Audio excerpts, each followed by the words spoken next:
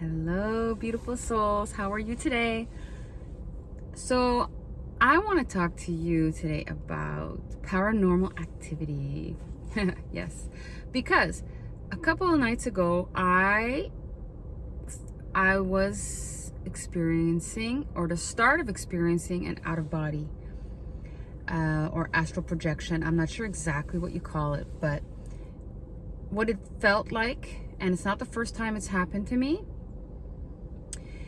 I just felt like my legs were being pulled, and I was kind of like in a sleep paralysis feeling where I couldn't really move so much, but then I kind of became hyper aware of what was going on, and I got freaked out, so I kind of like just pulled myself out of that state. And then when I realized that that's what was happening, I was super disappointed. I was like, no, let me try to get back in. Yes, because I have been trying to, well, I haven't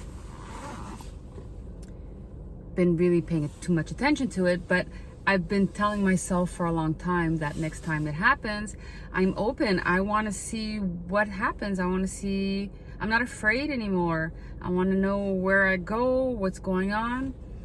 And I've been told that sleep paralysis is when your body is, well, your consciousness is completely hyper aware and awake, but, or the part of your brain, I'm not even sure how to explain this. It's so hard to explain, but you're kind of like half awake, half asleep.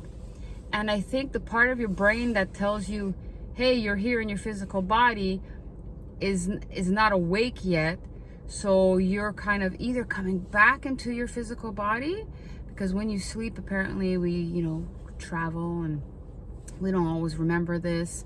Most don't remember, but you're not just staying in your physical body. And anyway, I remember thinking, oh no, I missed it again. So I just want to go back to many years ago when I was probably 12 or 13 years old. And my bedroom door was locked, and I had a bunch of little posters all over my walls. And I remember waking up to hearing one little poster fall. And my sister was standing at the foot of my bed sideways with this little yellow gown, pajama that she used to wear when she was younger. And she had short hair when I saw her. And it was a younger version of her, but it didn't hit me right away until I said, hey, what are you doing in my room? Get out of my room, go back to sleep. And she just bent over, picked up the poster, and stood back up. And then it hit me, wait a second, my bedroom door is locked. There's no way that she could have gotten into my room. So now I got really freaked out, and like I had my hands over my eyes, and I'm calling for my parents, and they're like, unlock the door. So I had to have my hand over my eyes and rubbing my hand against the wall, getting closer to the light switch so I could at least turn that on. And my parents came in, and my dad explained to me that, when we go to sleep, we can astral travel, and that possibly my sister, that's what she did. She traveled over and came into my room. So I ended up going to sleep with her that night in her room because I was freaked out, and I just told her as a joke, I go, you better not get out of your body now. But anyway, that's a story told so many times.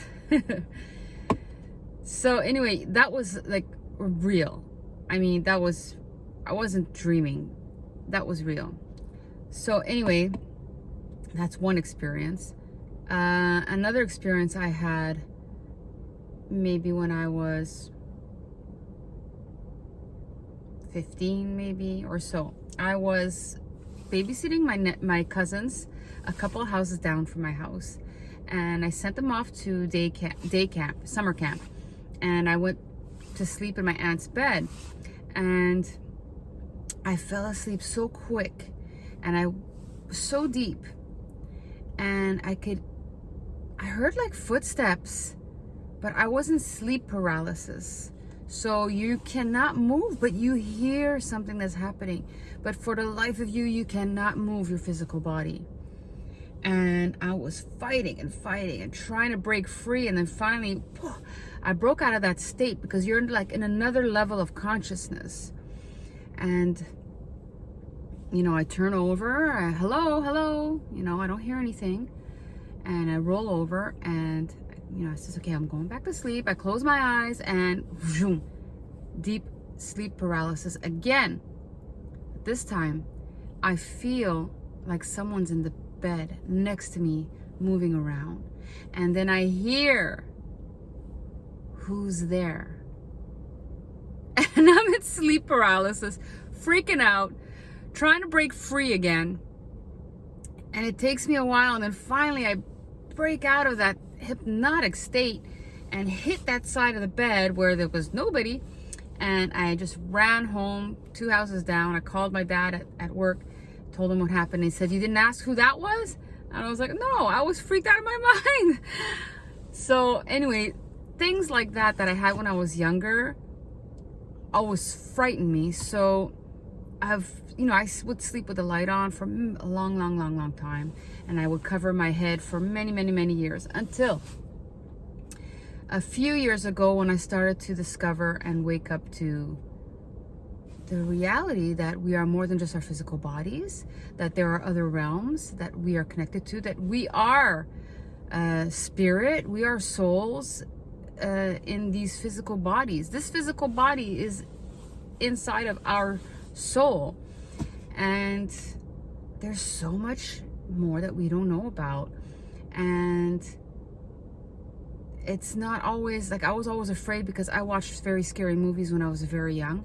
I know in my generation, I don't think there was any like parental guidance on things like that. So there was a lot of fear programmed into me. So when I would have those experience, like spiritual and ghost movies always scared me the most, because I knew on some level that they were real, or they could be real.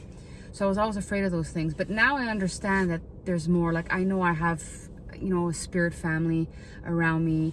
I can connect with all consciousnesses around the world. We all can do that. It's our birthright. This is who we are. But many of us don't know that. But anyway. So, yeah. So I really tried to release resistance the other night and try to get back into that space. But it didn't work.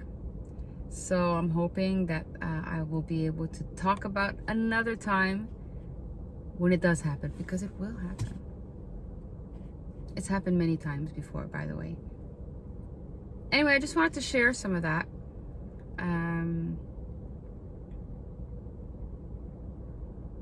About the world beyond this physical world.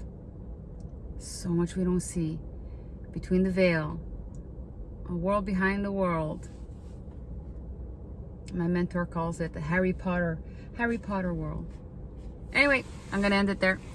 Have a great day, everybody, and be kind to others and be kind to yourselves. Love you all.